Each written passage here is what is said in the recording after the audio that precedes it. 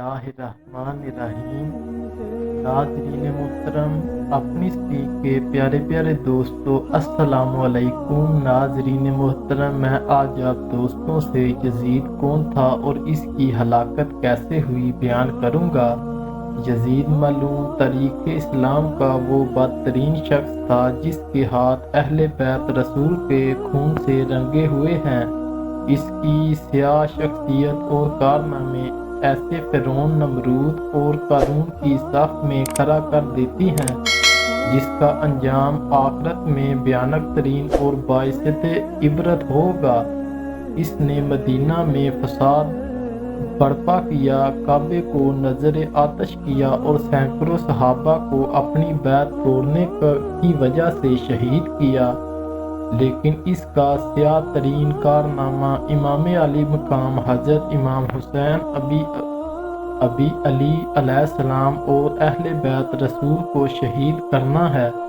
یزید ملعون کا پورا نام یزید بن معاویہ تھا، جس کی ولادت 25 ہجری یعنی سن 645 عیسوی میں حضرت عثمان غنی رضی اللہ تعالی عنہ کے دور خلافت میں ہوئی۔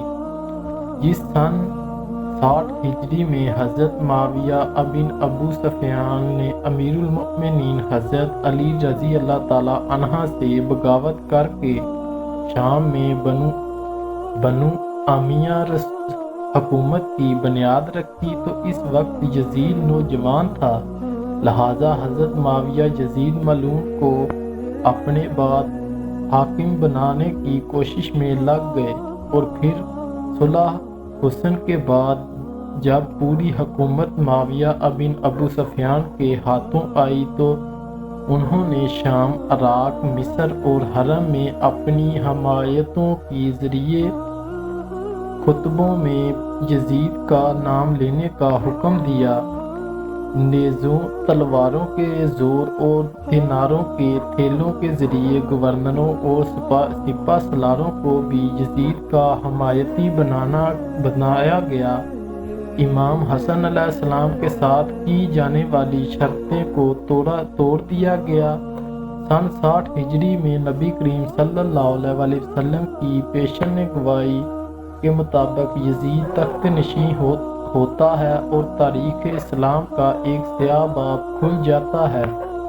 کچھ اصحابہ رسول یزید کے بیعت سے دوسری صریح طور پر انکار کر دیتے ہیں، جس میں اس وقت کے سب سے افضل شخص اور نواسہ رسول حضرت امام حسین علیہ السلام بھی شامل تھے۔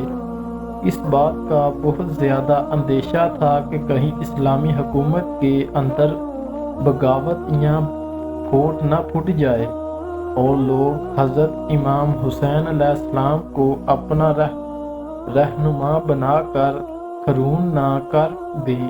اس جرم میں امام حسین علیہ السلام اور اہل بیت رسول کو سن 61 ہجری میں میدان کربلا میں یزید کے حکم سے شہید کر دیا جاتا ہے اور ان کے سر کو بطور برے طریقے سے شام کے بازاروں میں نیزوں پر بلند کیا جاتا ہے اور لوگوں کو دکھایا جاتا ہے کہ بغاوت کا کیا انجام ہوتا ہے۔ یزید کی ذاتی زندگی کو مورخین نے فحاشی، برائی، خباثت اور سرکشی سے بھرا ہوا لکھا ہے۔ امام طبری نے نقل کیا کہ حضرت عبداللہ بن حنظلہ رضی اللہ تعالی عنہ اور اصحابہ کی ایک جماعت نے جب یزید کے متعلق معاملات کیے اور اس کے دربار پہنچے تو اسے ایک سرکش حاکم پایا، لہذا حضرت عبداللہ بن حنظلہ کہتے ہیں کہ خدا کی قسم ہم یزید کے دربار سے اس حال میں باہر نکلے کہ ہمیں آسمان سے پتھر برسنے کا خوف تھا۔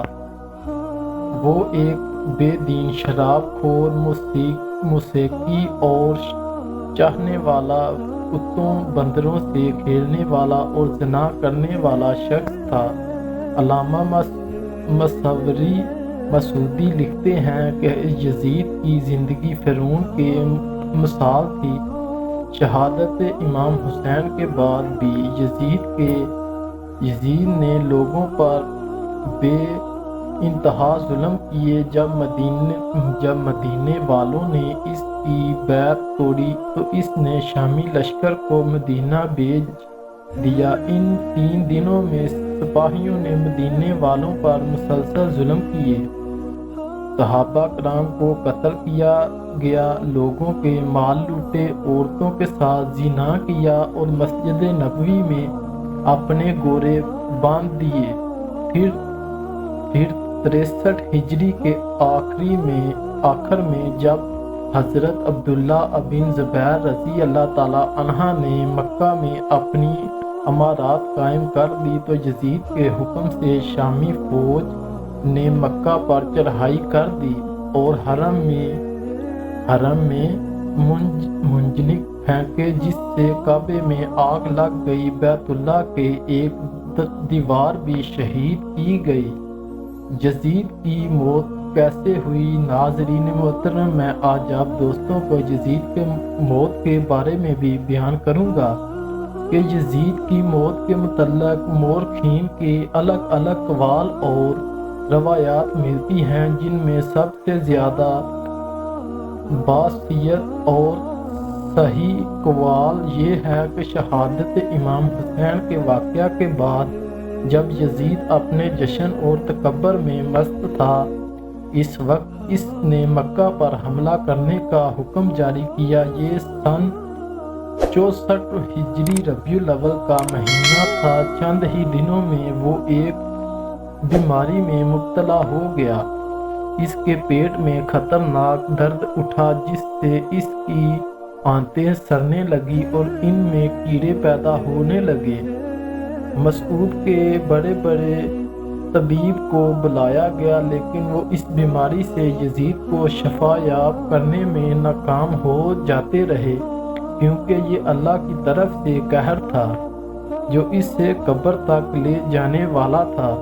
آنتوں کی سڑن کے بعد وہ بستر پر مچھلی کی طرح تڑپنے لگا اور اپنے بستر پر پاؤں مارنے لگا۔ وہ رات بھر درد کے مارے چیختا اور تکلیف کو شدت سے جب چیخیں مارتا تو خندق کے طرح آواز نکلتی۔ اگر پانی پیتا تو حلق میں جا کر چھڑی لینے یعنی تکلیف محسوس کرتا، اور نہ پیتا تو سینے میں آگ لگ جانے والی جلن محسوس ہوتی۔ تاریخ کی کتابوں کے مطابق 15 ربیع الاول کے دن اس حالت میں تڑپتے ہوئے وہ واصل جہنم ہو گیا۔ جب اس کے درباری اس کے قریب آ گئے تو یزید کی لاش سے بھیانک بدبو آنے لگی، جس سے لوگ دور بھاگنے لگے۔ اس روایات کے مطابق اس مقام حرین میں دفن کیا گیا۔ ناظرین محترم، امید کرتا ہوں کہ آپ دوستوں کو میری ویڈیو اچھی لگی ہوگی۔ اگر میری ویڈیو اچھی لگی ہو تو پلیز چینل کو سبسکرائب کر دیں اور ویڈیو کو لائک کر دیں، تاکہ میری نئی آنے والی ویڈیو آپ دوستوں تک پہنچتی رہے۔ تب تک کے لیے مجھے دیجیے اجازت۔ آپ کا میزبان جبار الحسن آپ کو نئی ویڈیو سے آگاہ کرتا رہوں گا۔ تب تک کے لیے خدا حافظ۔ اللہ آپ کا نگہبان ہو۔